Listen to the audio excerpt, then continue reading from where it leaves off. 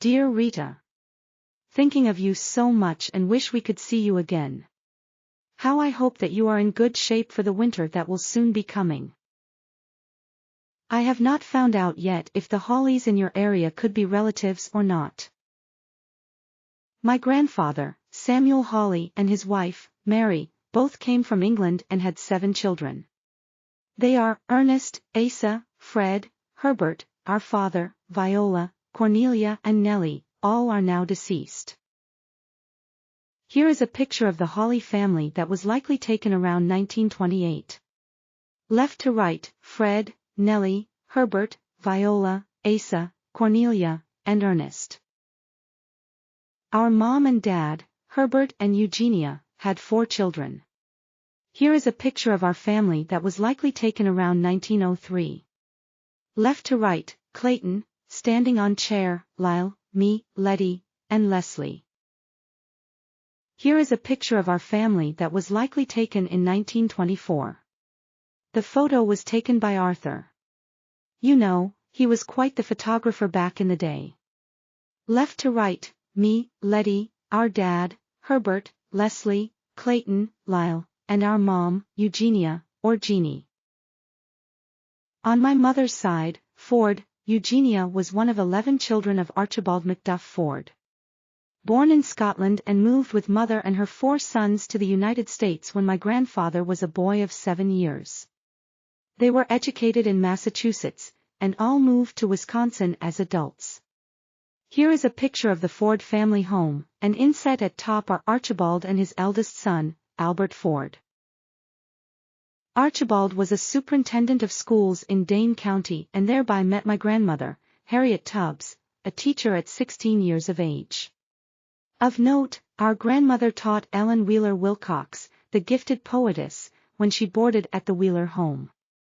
My grandmother, Harriet, passed away in 1899, and my grandfather, Archibald, in 1911. The 4 Ford brothers established themselves on farms near Waunakee, Wisconsin.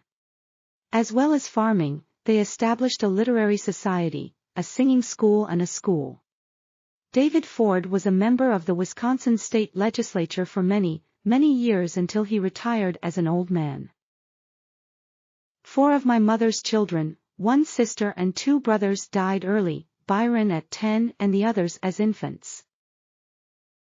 Archibald and Harriet Ford had the following children, all now deceased. Albert Ford had a real estate and insurance business office in Waunakee.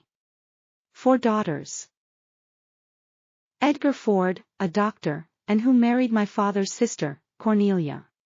4 sons. 1 son, born in October 1894, died at childbirth. Edgar died at 47 years. Eugenia, Jean, or Jeannie, my mother, 4 children. A very successful teacher for many years. She gave up teaching to marry my father, Herbert, in November 1890. Florence Amelia, Mealy, Mrs. Lathrop Stewart, teacher and dressmaker. 3 daughters and 1 son. Her youngest daughter, Dorothy, was married to General Ralph Zwicker. Harriet, Hattie, Mrs. Hugh Buchanan, taught school for many years. This is a picture of Harriet and Isabel Ford. Isabel, Belle, lived to be 92, no children. Isabel stayed at home till after her parents were gone.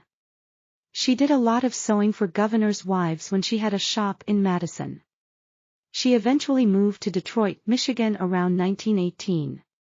She met her husband, Edward Pierce, there at age 50.